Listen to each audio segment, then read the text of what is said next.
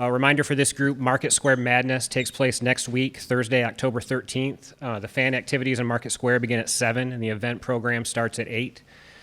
For those of you interested in applying for season-long credentials, be sure to get those applications in by next Friday, the end of the day. That link was sent. You should have gotten an email last Friday. SEC tip-off is Wednesday, October 19th at the Grand Bohemian in Birmingham. If you plan to attend that event and you haven't applied for the credentials through the SEC, make sure that you do that. That deadline is next Tuesday. Tennessee's player representatives are seniors Josiah Jordan-James and Santiago Vescovi. And lastly, single game tickets for both the Vols and the Lady Vols will go on sale later this week, and you'll receive an advisory about that tomorrow. And with that, entering year 8, Tennessee basketball coach Rick Barnes.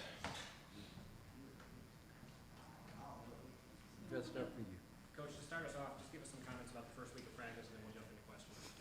I think we've had a good week. I really, as you guys know, the rules that we have now, we get to spend a lot of time with our guys when school's in session. And what really changes is obviously we go from the 8-hour week to the 20-hour week, but excited about our guys. I think they've worked hard. They're certainly working hard together, and we know we still got work to do. We've got to improve, and there's not an area that we don't have to improve in, but certainly some ones that we're really concentrating on is our ball screen defense has got to be better, and we've got to do a better job of really guarding the basketball. And then offensively, the way we like to play, protecting the ball. But overall, it's been a good week, and happy with where we are right now. Grant? Rick, how's this team different than a year ago? I think they're older. Grant, I do. I think the fact that they're older, they've been through it. But just because we're older doesn't mean we're going to be better unless we make ourselves better. And what that means is we can never allow complacency to set in. I think that when you look at our team, the additions to our team, and we're excited about our young players, that the competition has been really good. But we've got to look at where we were a year ago, and like I said, some of the areas I mentioned are where we know we've got to get better. We have to, but obviously we're counting on the leadership that we had a year ago to pick up not only where it left off, but to take it to another level. And there's not one person in the program that doesn't have to get better some way, somehow. But we've had a great attitude about, I think, guys being able to look at what they need to get better at, and they're working at it. What's the significance of having two guys like Santi and Josiah that aren't just seniors but have played significant minutes since their freshman seasons? Well, I'd say one is their basketball IQ. They both really have a terrific basketball IQ when it comes to understanding what we're trying to do as a team. And they not only know what they're supposed to be doing, but they really have a pretty good feel for what all the other positions call for. And the more you can get guys to understand that really is when you can start mixing and matching and doing a lot of fun things from a coaching standpoint. But to have two of them that truly understand it the way they do is you don't get it sometimes. But we've got that, and so not only are they when they're playing, whether in practice or in a game, they impact the game when they're not, because they're able to coach and they're able to help guys coming out of timeouts or just on the sideline during practice. I will look over some, and those guys are involved with the guys that have just come out, or I've told them to step back until they can figure something out. Those guys are great to be there to say, hey, this is what we're looking for. This is how we do it. This is what you have to do. And so when you have two guys like that, it's a tremendous help to your team. Rick, I think you had said you want to play faster. What's the key to that? Is it guard play? Is it rebounding, defense? Jimmy, it's probably a little bit of all of it, but playing faster is it's a mindset. But what goes with that mindset is understanding that that we've got to be solid defensively. We know that we've got to have that every night, because we're playing against teams that if you don't guard them, they can ring you up for a lot of points. But passing it with more authority, moving the ball quicker, harder, quicker cuts, definite cuts.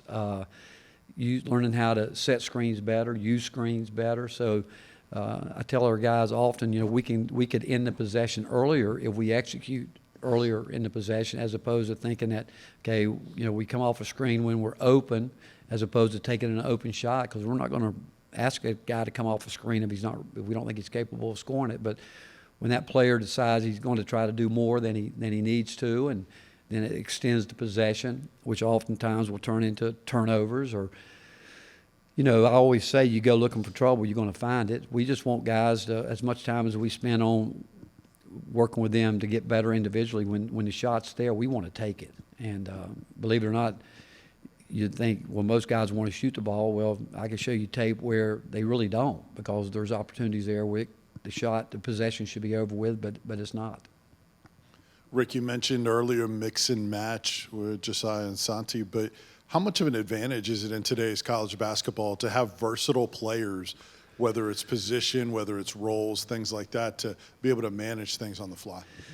There's a lot of different ways to play this game. There really are, and everybody, I think, has to decide what it is. But when you can put guys out there that really can play multiple positions, it gives you a great advantage. Where like yesterday, for the first time, we had 5 guards on the court, and just playing with that to see what we could do, trying to figure out what and how we could utilize that.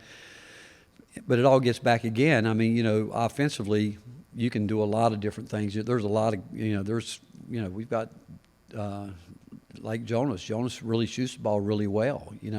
It's not a matter where you can play as a 7-footer. It's not a matter where you can play on offense. It's what position can you guard defensively. And that's where I think if you can mix it and match it, where you can guard all 5 spots with all 5 guys, that's when you've got a chance, because offensively it makes it really difficult for those guys that aren't used to playing on the perimeter to be out there trying to guard guys that especially that are willing to shoot the 3. But when you talk about the mix and match, you've got to obviously think about the defensive end too. Can we guard with that lineup? And I think we'll find that out early if depending on how much we can use that lineup in our 2 exhibition games. Mike, Wes, and Rob.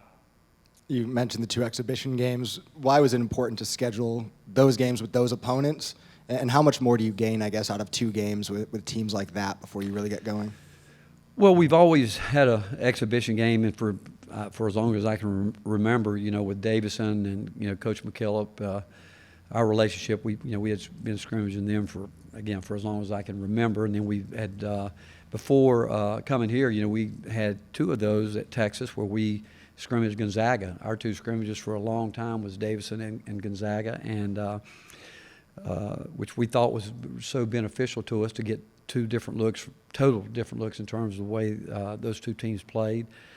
And now, obviously, with Michigan State, Tom and I talked about it often, but the commitment that I had to Coach McKillop, and certainly have great respect for him and his program, but we also felt maybe now's a good time with the change there that we could try something different, especially with this group, knowing that we were wanting to play maybe a little different style this coming year, and playing against 2 teams that are physical up front, very physical, and but we're excited about both of them, and 2 teams that are certainly capable of playing for the national championship, and so early we're going to get a chance to see exactly where we are. Rick, in terms of, is Olivier anywhere near the level that he was when he got hurt last year? Has he already gotten back to there? And with his development in general, where is he now compared to maybe the player you thought you had when you recruited him? I don't think I don't think we are as a team back where we were when we ended the year last year. We're certainly building to that point. I think Olivier being able to come back from his injury and have a chance to spend some really quality time with his national team, just to play basketball was huge for him. Even though he wasn't here with us, I think overall being able to play games as opposed to practicing the way that we do, and was really helpful to him. I think he's again working.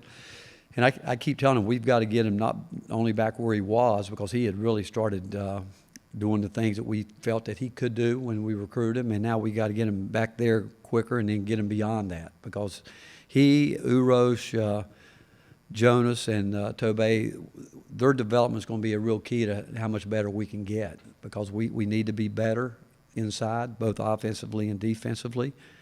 We need those guys to do a great job with particularly ball screen defense, and obviously our guards have got to get better there too, but our our post guys, those 4 guys, it's important. And like I said, we know we can play small if we have to, and but the development of those post guys is really going to be critical to us. So speaking of that, what about Jonas and the strides he made this offseason? Same thing. I think the mindset's got to be there where it starts defensively, and that means not only being able to defend him. Jonas does give us a rim protector, a guy that can block some shots, and he's willing to do that. But rebounding is going to be key for all those guys. We've got to have great production from those guys on the glass, and certainly we need a physical presence inside from all of them. And Jonas he's made strides as you would expect him to do, but now it's consistency with him and the physicality. I mean, we're a physical team, and when you and he's learning. He made great strides a year ago. He really did, and he's made some again, but he's going to have to keep making those strides. And I would say that about anybody on our front line, and I would say it about some of our guards too. Rick, just how do you feel about the leadership kind of compared to years past? Last year, it seemed like it took half a year to get the leadership going on the team. Do you feel comfortable where it is going into the season?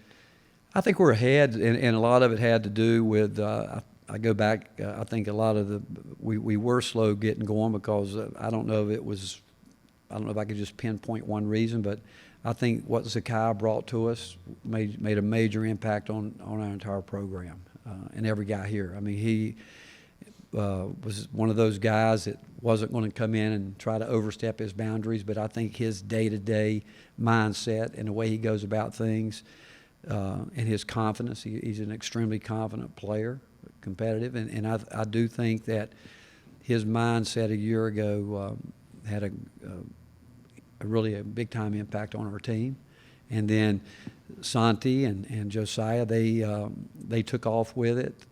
It was where, again, accountability would be the word, where they really started holding each other accountable, and that's the best part of it. When you got I talk about it all the time. When you got a team that's got great leadership, and it's hard to come by.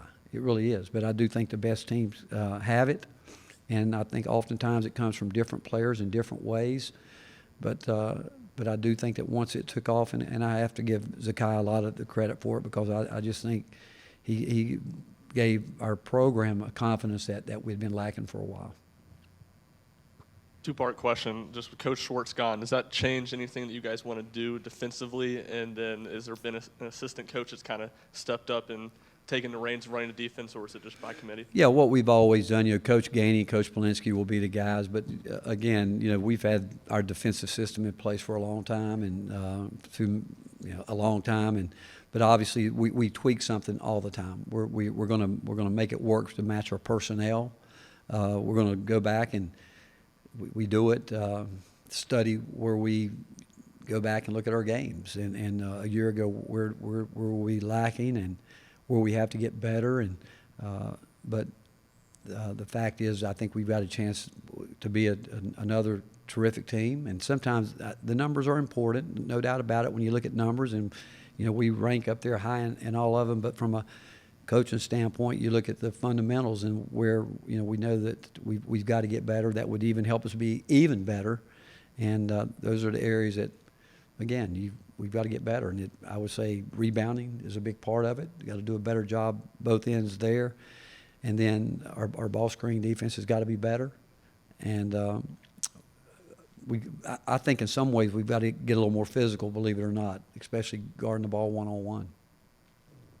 Rick, you've had 3 one-and-dones the last couple of years. Where does Julian, he would be in that conversation, but where does his skill set and kind of his situation compare and contrast to the guys you've had the last couple of years? I think when I think of Julian, it's his mindset. I don't think Julian thinks about one and done. I think he's his family from the very beginning told us, "Hey, we'll make that decision when it's time to be made." I think he's gone about it. His time here, it's been a incredible, almost like a dream to coach him because I tell everybody, I don't know if individually if anyone has spent more time with Garrett. I mean, we've had a lot of guys spend above and beyond, But most of the time, it's guys having to lose weight, do whatever. Those guys never look forward to that. But Julian on his own has searched out Garrett more than anybody because he wants to be the best player he can be. He came in right away, and again, there's no sense of entitlement on his part at all. You know, he's come in, he just wanted to work hard, be accepted. I think he's earned his teammates' respect because he's in his own way. He's just gone about working hard. He certainly wants to be coached. He wants to get better. And I think if you talk to him or even his family, his circle of trust there, they would tell you, hey, there will be a time to make those decisions. And but I can tell you we're excited and happy that he's with us because he gives us, again, another guy that has terrific versatility. And as he continues to grow and understand the game more and more, he's got a wealth of talent, and but it's his overall mindset that is really so much fun to be around because he really is about all the right things and wanting to get better. Rick, Tyreek Key, what do you like about him, and what do you see his role being?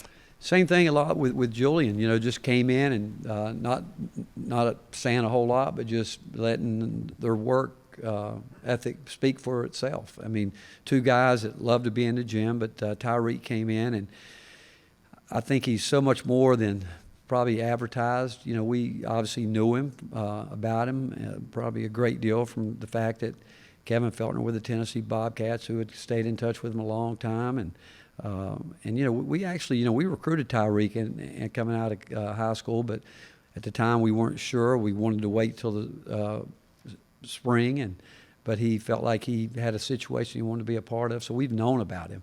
And but everybody talks about his scoring. I think he's so much more than that. I think he's a guy that, again, that can play multiple positions, and he's valuable in the fact that he can do that. High-level competitor. You know, he can score the ball at many different ways, but a great teammate. Again, he every day. I mean, he doesn't have days off. I mean, you watch him come to practice, mentally, physically. I'm not saying he's perfect every day, but in terms of his approach to what he's trying to do, he's older, and he's got just a great attitude on. Okay, here's today. I've got to find a way to get better, whether he's coming in for his individual work or whatever he's doing as a team, and we're really fortunate to have him. Rick, you guys shot a lot more three-pointers last season than you usually had. Was that a byproduct of the players, and do you anticipate that continuing to be an identity for this year's team? Yeah, I mean, there's no doubt. We're never going to ask players to do something they can't do consistently, be good at it, and we felt like last year we had a team that could shoot threes. We feel like we got a team this year that can. And but with that said, you know, we've got to be able to, because when you get known for a team that can shoot threes, people are going to come out there, and now you're going to have somebody who can go to work inside and make them play that way too. So we're not going to abandon what we try to do inside around the rim and those type things. But, you know, like I said earlier, we've got guys that we tell them if they're open, we want them to shoot it. And that's important, and that's where we can get better rebounding the ball, knowing that shots are coming up when they're open, going up when they're open, and we've got to go make that effort to try to get a rebound if necessary. But I think that we'll probably shoot as many or more than we did a year ago if it goes the way it's been going. Rick in the back here, in the way back. Chris Lofton's retirement, when you broke the news to him, what was that like, and then what does he mean to the program? Well, that was Tom's idea on how to do that, you know. And Chris is around when he's in town. He comes around a lot. We've enjoyed him since we've been here, and the players enjoy him because you know he's always in the gym. He watches our guys, and then he'll normally stick around or do something on his own. And actually, the other day when I last saw him, he was in the gym working out, and I said, "What are you getting ready for?" He said, "This is just my piece right here. I like doing this." And in that way, I think the guys have watched him, a guy, go about his business the way he has. And but he said he thought something was going on, but I'm not sure he did until the very end. But the fact is, it's a great honor for him to do what he did. And again, it was something that it was just a matter of time, and it was all based on his schedule. Nobody wants to retire somebody's jersey if they can't be here. Or so when you did you say number? What did you say? You know, you always change stuff, so I don't, you know. But anyway, it was just a matter of his schedule and the fact that he's here and being from the state of Kentucky. I just think it's, you know, and that's what he would like to do. I mean, if we asked him to pick the date, he would have picked a game like that too. But again, it's a well-deserved honor you can't find a finer person, and certainly he loves Tennessee and made an unbelievable impact in more ways than we all know. Going back to that idea of playing faster, do you feel like the players have already sort of bought into that mindset, and do you think that's something they could really get excited about and really get behind? Well, they all will tell you that, but they don't realize how hard it is.